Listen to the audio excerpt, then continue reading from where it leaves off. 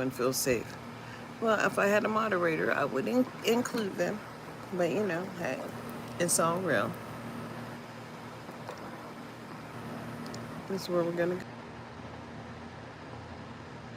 Okay, let me just. Okay. It says it's live. At least 1 minute of video. I'm not sure about the highlights. Oh, there we go. Had to turn the camera on. Welcome, welcome, welcome. And I'm gonna say my name is Darlene Anderson, and I live here in Viva Las Vegas. I'm living in Vegas, and trying to understand what it is that I see, because we have not had the conversation in regards to the failure of the mandatory system of public education, as they have just what? They have just turned their responsibility over to the Department of Justice, where it's just us that are being managed. And compliance is everything, and the failure to comply is everything. And, well, why? Why in the year of 2025 do we have to comply? We pay taxes just like everyone else, but we're not working in our own communities. No, those jobs are left for others who are not making measurable progress. And it really doesn't matter, or does it? It's up to individuals to understand that it's their obligation to ensure that access and equity happen for their children. As failure, well, was never an option until it was. Welcome, welcome, welcome. And nobody's here yet, but that's okay, because I can share. Let me share right now. January 6th was real. But now we see, hey, Luke, what can I say? Hello. And I'm saying January 6th actually happened. But now we're suffering from what's happening all across the nation. And it is frightening, because everything has just changed. And I do mean change. When you wake up in the morning and that you understand, that it is you, and it is only you, maintenance of effort. And here we are in the year of 2025, and we're not talking about the mandatory field services. No, we're not even talking about. I'm just trying to understand how everybody, and it was like an elephant in the room, everybody came to talk about the possibilities and the rules, or how the rules would be implemented. And here in Nevada, they certainly do this NRS thing.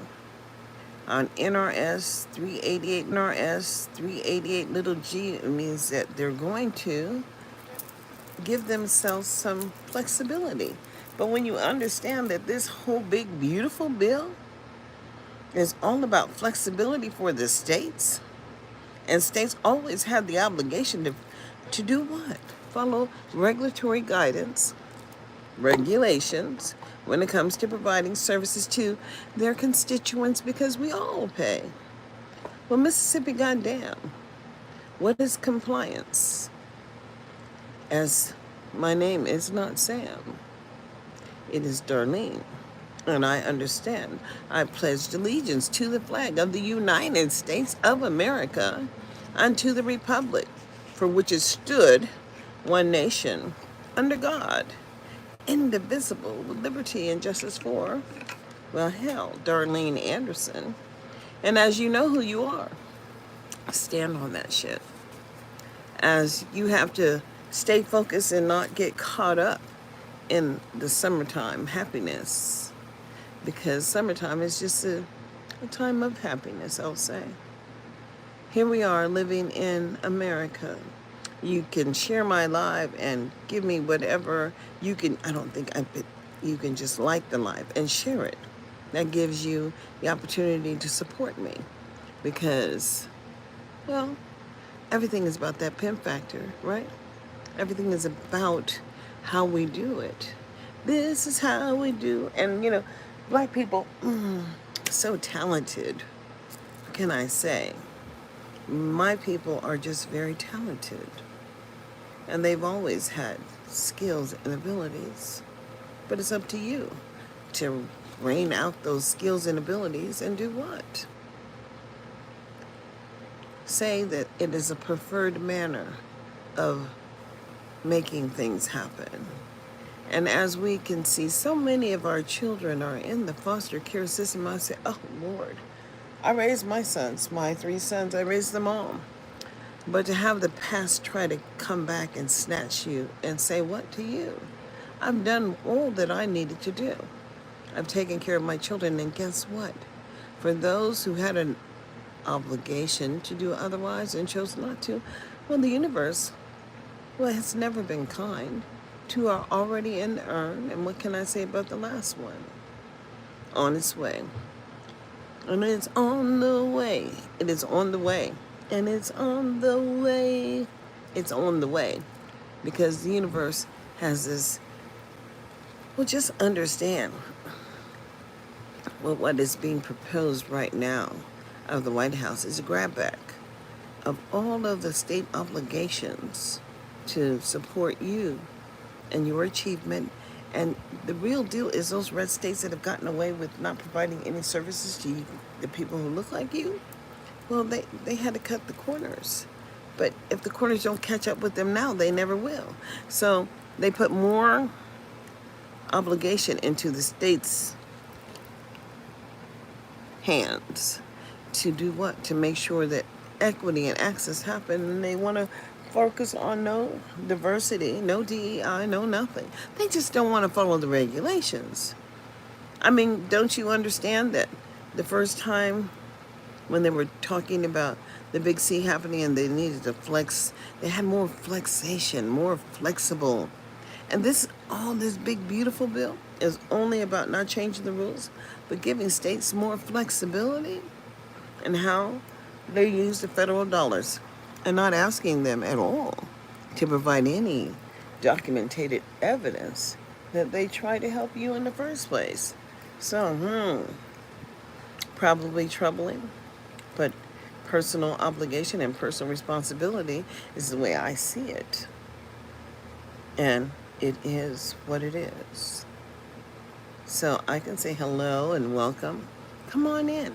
But I want to tell you to get over there and check out my podcast. It's over there on Spotify. No, well, it's about how the big, beautiful bill actually works. You guys don't even understand Americans for Prosperity.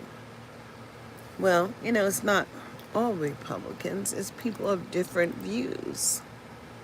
But the ones that really, really do what?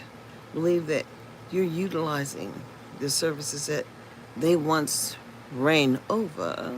Well, problematic? Maybe. Maybe not. As failure was never an option in America. So why would you allow your child to fail? It's just mind-boggling.